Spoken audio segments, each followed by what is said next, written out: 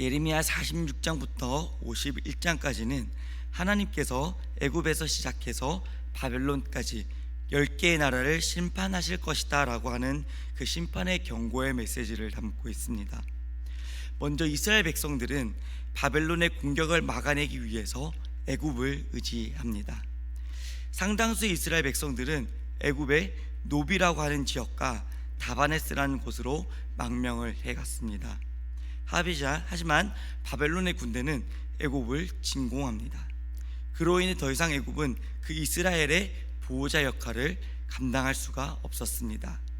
그 큰 나라 강대국 애굽이라고 하더라도 하나님의 그 심판 계획을 바꿀 수는 없었던 것입니다. 이처럼 세상의 힘이 강하고 영원할 것 같지만 사실 그렇지는 못합니다.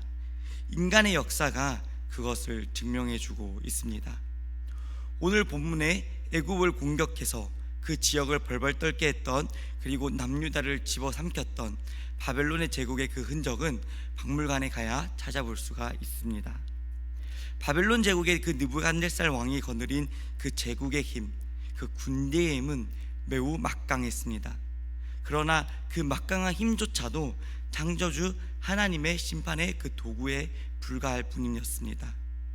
이 세상에 하나님보다 더 크고 강한 것은 없다는 그 사실이 이스라엘의 역사와 온 세상의 그 역사를 통하여 우리는 깨닫게 됩니다.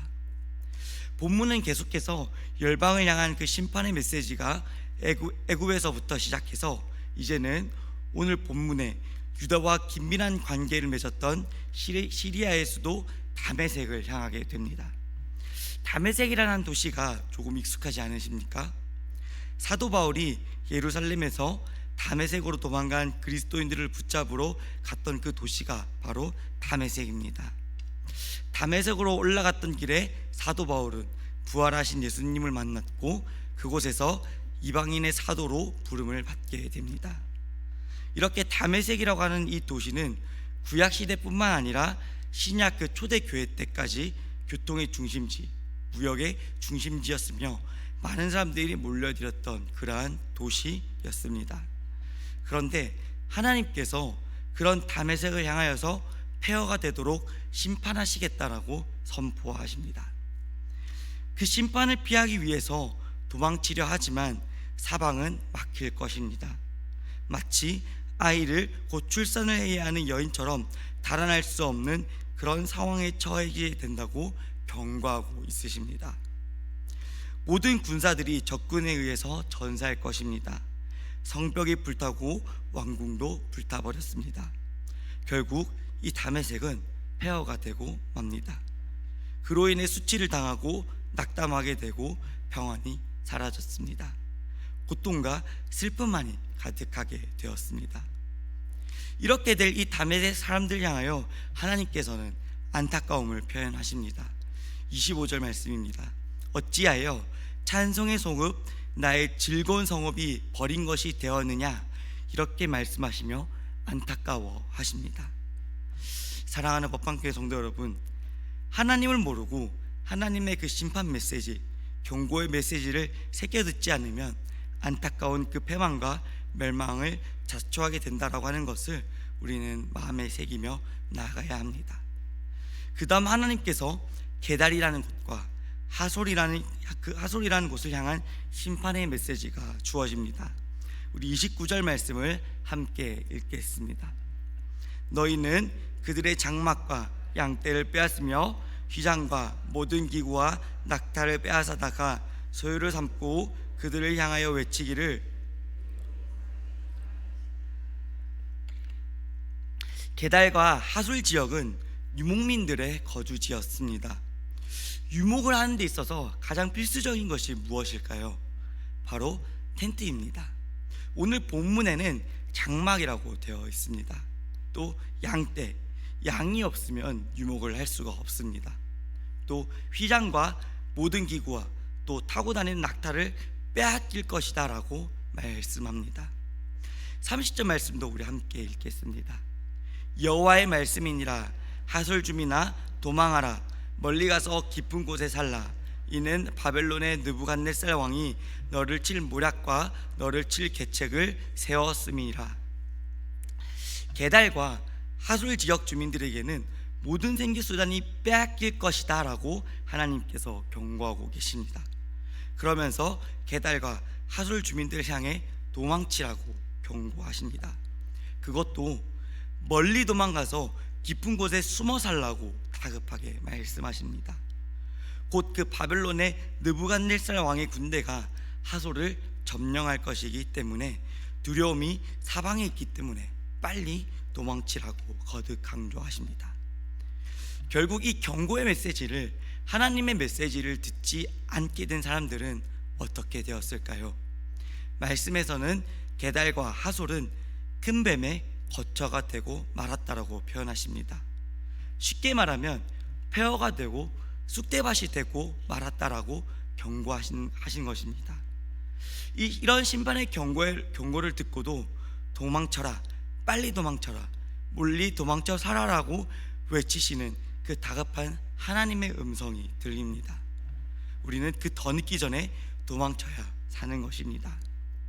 그리고 엘람에 대한 경고의 메시지로 이어지게 됩니다. 엘람은 강력한 군대를 동원해서 바벨론과 맞서려고 했습니다. 35절과 36절 말씀을 함께 읽겠습니다. 만군의 여호와가 이같이 말하노라. 보라, 내가 엘람의 힘에 으뜸가는 활을 꺾을 것이요 하늘의 사방에서부터 사방바람을 엘람에게 오게 하여 그들을 사방으로 흩뜨리니 엘람에서 쫓겨난 자가 가지 않은 나라가 없으리라. 아멘. 아마 이 엘람이라는 하는 그 나라는 그 군대의 군수부대가 활을 쏘는 군사가 아주 막강했던 것 같습니다. 하지만 하나님의 도구로 사용되는 그 바벨론의 군대가 엘람의 활을 꺾어버렸습니다. 활이 꺾인 엘람의 군대는 사방으로 흩어져 도망치게 됩니다. 바람에 흩날리는 먼지같이 되고 말았다라고 표현합니다. 그러나 마지막 39절의 말씀을 보시면, 그러나 말일에 이르러 내가 엘람의 포로를 돌아가게 하리라, 여호와의 말씀이니라 라는 이 말씀은 심판 후에는 회복이 있다라고 선언하고 계시는 것입니다. 오늘 본문의 말씀에는 그 열방을 향한 10개의 나라의 심판 메시지 가운데 4곳에 대한 메시지입니다. 다메섹, 게달, 하솔, 엘람입니다. 전체적인 큰 틀 안에서는 하나님의 경고의 메시지를 듣지 않는 그 사람들에게 수치가 임할 것이다, 낙담하게 될 것이다, 피곤하게 될 것이다, 두렵고 떨림이 있을 것이다, 고통과 슬픔, 그리고 빼앗기고 멸망당할 것이다. 이렇게 경고의 메시지가 계속 반복됩니다. 그러면서 30절 말씀을 보시면, 여호와의 말씀이니라, 하솔 주민아 도망하라, 멀리 가서 깊은 곳에 살아라라고 하나님의 그 마음이 표현됩니다. 이것은 무엇을 말씀하시는 것일까요? 죽지 말고 사는 것을 택하라는 것입니다. 본문 말씀에서는 깊은 산으로 멀리 도망하라고 말씀하시지만 우리가 어디로 도망가야 살 수 있겠습니까?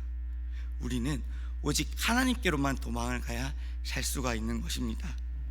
하나님의 품으로 피해야 우리는 그 심판을 면하고 살 수 있다는 것을 우리는 기억해야 합니다. 마지막 39절, 내가 엘람의 포로를 돌아가게 하리라, 여호와의 말씀이니라 라고 하는 이 끝 말씀으로 맺음을 합니다. 하나님의 심판 메시지는 죽으라는 뜻이 아닙니다. 살아라는 뜻이 내포되어 있는 것입니다. 죽이시는 하나님이 아니 살리시는 하나님이시라는 것입니다.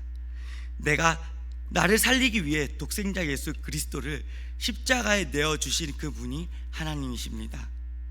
사랑하는 법방교회 성도 여러분, 나의 죄와 허물로 인해 심판을 받으면서 하나님의 사랑을 의심하는 일이 없어야 할 것입니다.